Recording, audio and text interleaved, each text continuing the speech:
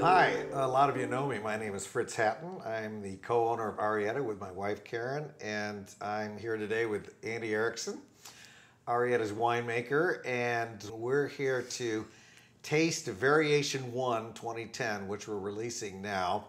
It all began in the year 2000 when our original partner and winemaker, John Kongsgaard, who was intrigued by the idea of blending Syrah with Merlot, sort of took it over the top to the point where we made a wine which was 30% Syrah and 70% Merlot. We could no longer call it Merlot, so we had to come up with a new proprietary name for it, which was Variation One.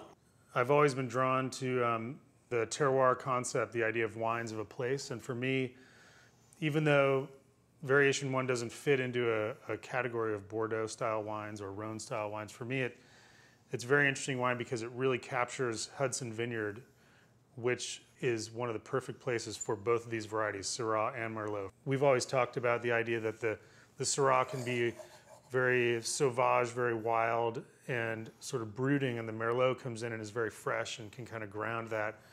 I think it works. So let's taste it. Cheers. Cheers. 2010. It's notable that the new oak is less in this Variation One than in previous vintages, which is something more, I would say, traditional in style. If you go back in time, I mean, Fritz talked about that John, the first Variation One was 70% Merlot and 30% Syrah. I think if you look at what we've been doing over the years, I've sort of embraced the Syrah style of the wine, and I love that gravelly, loamy, smoky character in the wine. And so for me, it's always about trying to find that balance between fresh fruit and that real deep, smoky character. And so this wine is actually 2/3 Syrah and 1/3 Merlot. So almost the reverse of the original concept, which was more of a drift from varietal Merlot. But for me, yeah, with this 2010, both varieties did really well. We had very vibrant fruit, very rich fruit, so I thought toning down the oak was a way to really bring that forward, and I think it shows pretty well. So, to me, it's a very exciting, slight variation in the previous variation style, if you will, to look a little bit more towards the Rhone. The wine is always led with Syrah. That's been the first varietal impression. But we think it's very distinctive, and it's remarkable in its unique aromatic and flavor profile.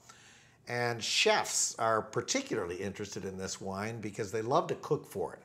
It's something different. It particularly is suitable to wild game, things that are slightly gamey, such as lamb. I always think of pork belly, and of course that leads us to think of bacon.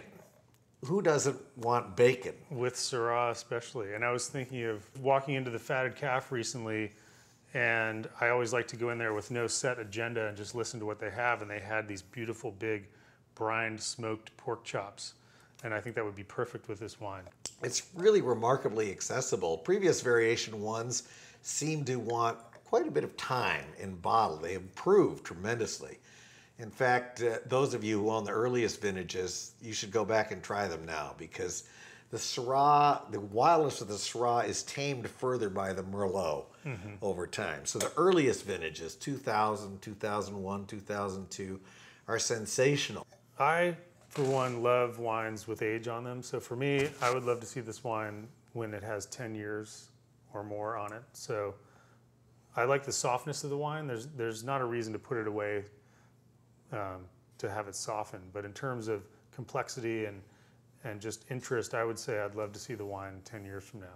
So it's a wine that definitely will age.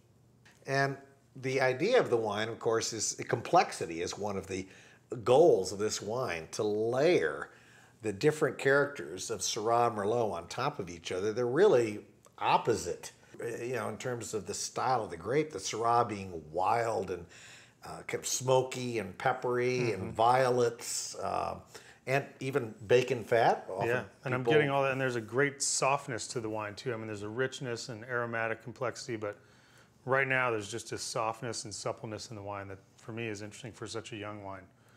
And the Merlot seems to tame some of that wildness.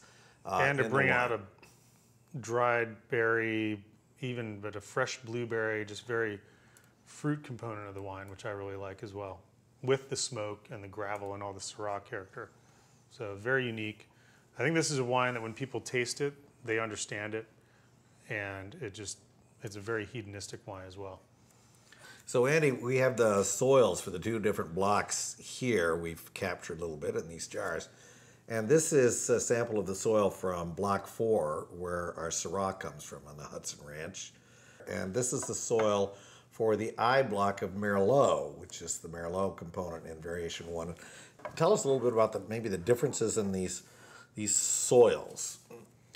Well, first of all, just a bit about Hudson Vineyard. Hudson Vineyard is down in the southern end of Napa Valley in Carneros. So we're getting cooler temperatures than we would get up valley, and we get the morning fog. So the two varieties like that. They like being in that cooler climate, if you will. Merlot, as fans of Pomerol would know, likes to be in more clay soils. And if we can look at this up close, you'll see that it's quite a bit of clay. The I block where we're getting our Merlots is lots of clay, as opposed to the Syrah, which likes to be on rockier soils. Block 4, and especially where we are in the middle, is really an upturned creek bed where we have these rocks. I'm actually going to pull this out of here. This is a good soil sample right here.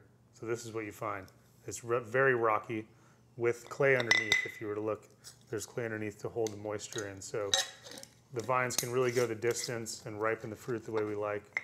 So great character, soft tannins, long hang time, just works really well. And if you haven't tried Variation 1 yet, you really should try the 2010. I think you'll absolutely love the wine, as we do. This is my favorite yet. Of course, the vintners always like to say the last vintage was the best one, but in this case, I'll say it again. Cheers.